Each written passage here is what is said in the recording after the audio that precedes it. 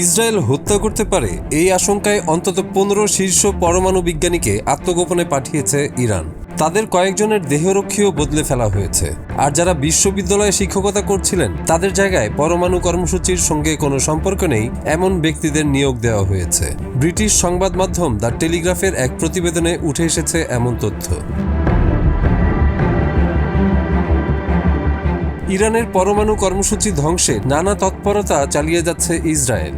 2010 সাল থেকে দেশটির বেশ কয়েকজন পরমাণু বিজ্ঞানীকে গুপ্ত হত্যা করেছে ইসরায়েলি গোয়েন্দা সংস্থা মোসাদ। ইরানের পরমাণু বিজ্ঞানীদের সম্পর্কে তথ্য পেতে দেশটিতে গুপ্তচর বৃত্তি করছে মোসাদের এজেন্টরা।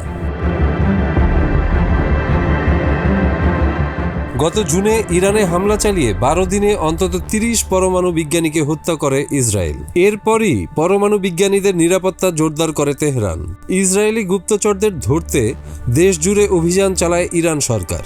মোসাদের এজেন্ট সন্দেহে ইতোমধ্যে কয়েকশো মানুষকে গ্রেপ্তার করা হয়েছে।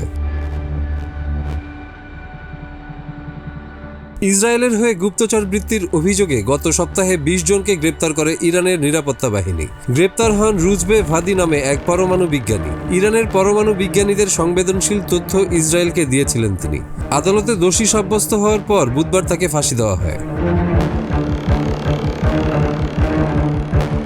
সম্প্রতি টেলিগ্রাফকে ইরানের কর্মকর্তারা জানান, ইসরায়েল হত্যার পরিকল্পনা করেছে এমন তালিকাভুক্ত প্রায় 100 পরমাণু বিজ্ঞানীর মধ্যে অন্তত 15 জন আত্মগোপনে রয়েছেন। তেহরান ও উত্তর উপকূলের শহরগুলোতে পরিবারের সঙ্গে নিরাপদ বাড়িতে সার্বক্ষণিক সুরক্ষার মধ্যে থাকছেন তারা। যাদের দেহরক্ষীদের ওপর আস্থা ছিল না তাদের নতুন দেহরক্ষী দেওয়া হয়েছে। তবে ইসরায়েল বলছে, ইরানের পরমাণু কর্মসূচিতে অংশ নিলে সেই বিজ্ঞানীরা স্বয়ংক্রিয়ভাবেই ইসরায়েলের লক্ষ্যবস্তুতে পরিণত হবে। সেই সঙ্গে নিহত ও আত্মগোপনে থাকা ইরানি পরমাণু বিজ্ঞানীদের স্থলাভিষিক্তরা বর্ধিত নিরাপত্তা সত্ত্বেও অতর্কিত হামলার ঝুঁকিতে আছেন। ইসরায়েলের 12 দিনের বিমান হামলায় ইরানের পারমাণবিক বিজ্ঞানীদের লক্ষ্যবস্তু করা হয়েছিল। সিনিয়র এক ইরানি কর্মকর্তার বরাত দিয়ে প্রতিবেদনে বলা হয়েছে, এই বিজ্ঞানীদের পরিবারসহ তেহরানের নিরাপদ ভিলা এবং দেশের উত্তর উপকূলে সরিয়ে নেওয়া হয়েছে।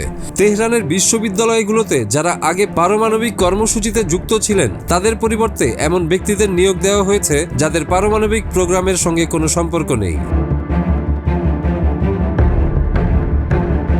দ্য টেলিগ্রাফের কাছে ইসরায়েলি বিশেষজ্ঞরা বলেছেন, ইরানের নিহত বিজ্ঞানীদের কাজ গ্রহণ করতে প্রস্তুত নতুন গবেষকেরা। এই পরিস্থিতিকে তারা মারা যাওয়া মানুষের হাঁটাহাঁটি অর্থাৎ মৃত ব্যক্তিদের বেঁচে থাকার সঙ্গে তুলনা করেছেন।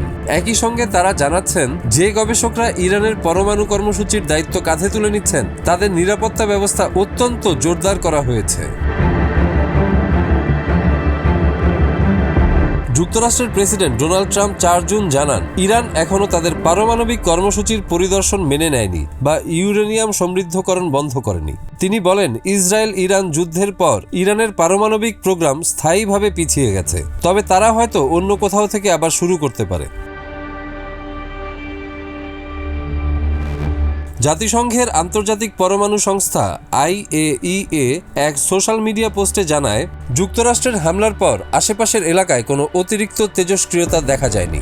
ইরানের পারমাণবিক শক্তি সংস্থা এই হামলার সত্যতা স্বীকার করলেও বলেছে, হামলা তাদের পারমাণবিক উন্নয়নে কোনো বাধা সৃষ্টি করতে পারবে না।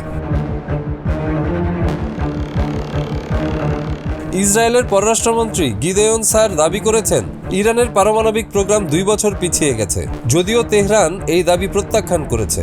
ইরানের পার্লামেন্ট সদস্য মাহদি মোহাম্মদ বলেন, ইরানের দৃষ্টিকোণ থেকে অপ্রত্যাশিত কিছুই ঘটেনি। তারা কয়েক রাত ধরে ফোর্দো সাইটে হামলার প্রত্যাশায় ছিলেন এবং সেখানকার কর্মীরা আগেই সরে গিয়েছিল। হামলা হলেও মারাত্মক কোনো ক্ষতি হয়নি।